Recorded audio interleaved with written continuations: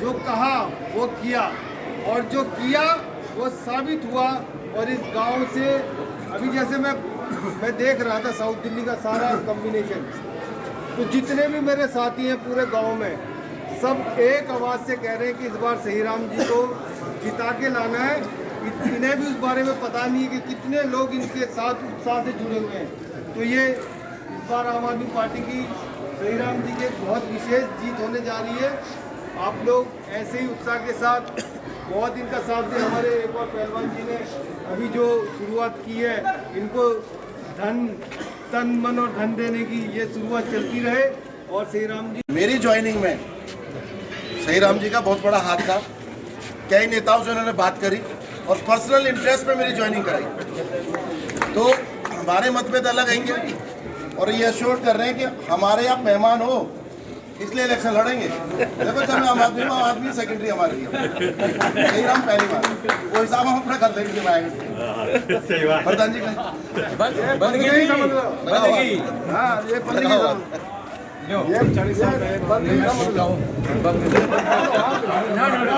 बलबीर जी, अगर आप जानते हैं तो अरे बलबीर भाई सामने को आओ ना।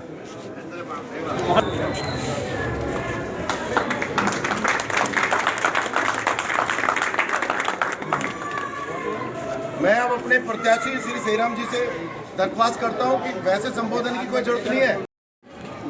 नौजवान जुझारू साथी, सामने गीत गाती हुई मातृशक्ति हमारे बुजुर्ग बाबा बलबीर जी, मेरे पुराने साथी कौंसल रहे नागर साहब।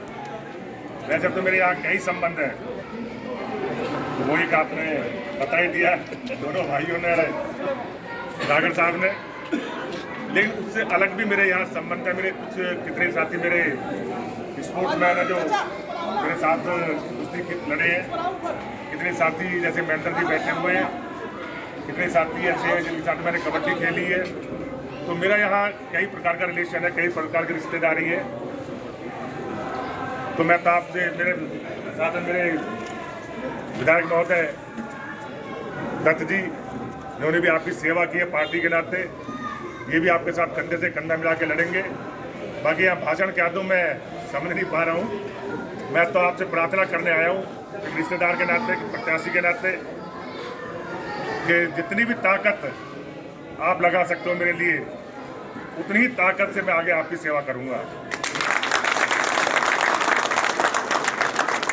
क्योंकि आज निगम में भी हमारी सरकार है, दिल्ली में भी हमारी सरकार है। अगर तीसरे इंजन को भी आप जोड़ दोगे तो मैं समझता हूँ कि आपकी कोई भी समस्या ऐसी नहीं होगी जिसके लिए हमारे पास कोई बहाना हो।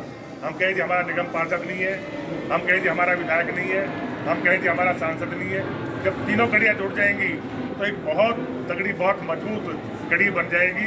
इससे आपका कोई भी काम, अब तो हम कह देते थे केंद्र सरकार में हमारे नुमाइंदे नहीं है, इसलिए मैं कह रहा हूँ तीनों कड़ी जुड़ जाएंगी तो एक बहुत बड़ी ताकत हमें भी, हमारे विधायक को भी, आपको भी और हमारी सरकार को भी बहुत बड़ी ताकत मिल जाएगी। आपने मुझे जिस जोर शोर से यहाँ मिला के मान सम्मान किया, उसके लिए मैं तहे दिल से आप सभी का आभार व्यक्त करता हूँ, धन्यवाद करता हूँ। जय हिंद, जय भारत।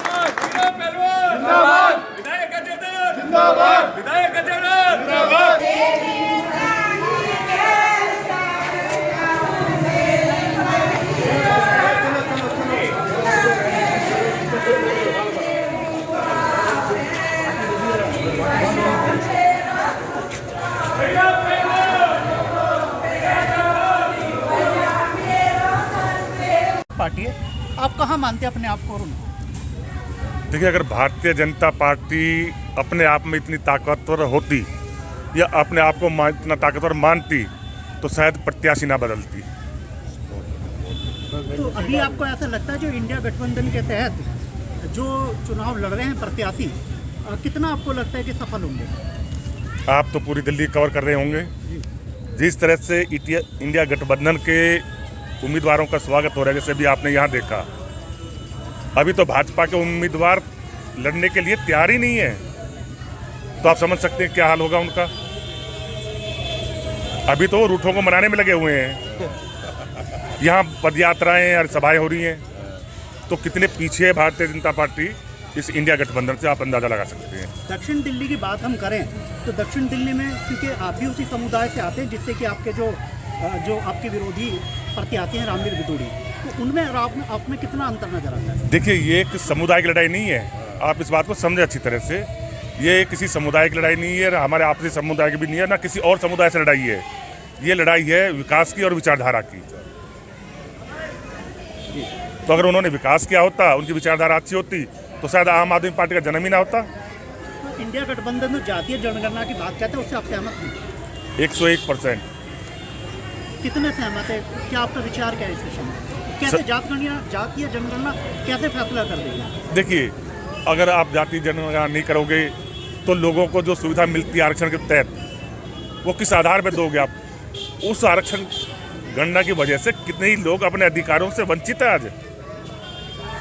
अगर वो हो जाता है तो उनको उनका अधिकार मिलेगा।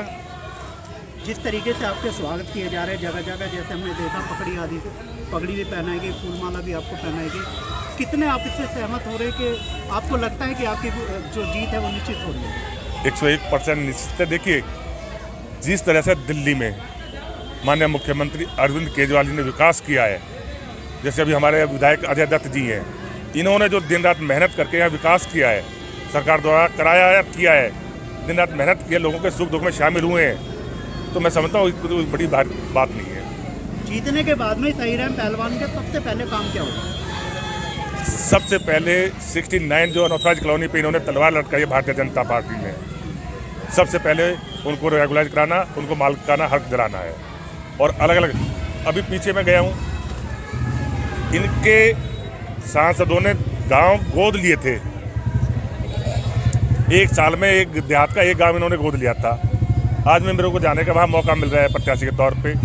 मैं इनसे पूछना चाहता हूँ कि एक गांव तो इन्होंने गोद लिए हैं कि इसको पूर्ण विकसित करेंगे, वहाँ एक ईंट लगाई क्या? नहीं लगाई। तो ये बहुत बड़े मुद्दे हैं। जो बात हो रही है हिंदुइज्म का मुद्दा या मंदिर का मुद्दा, वो यहाँ पे कितना आपको लगता है चलेगा वो मुद्दा?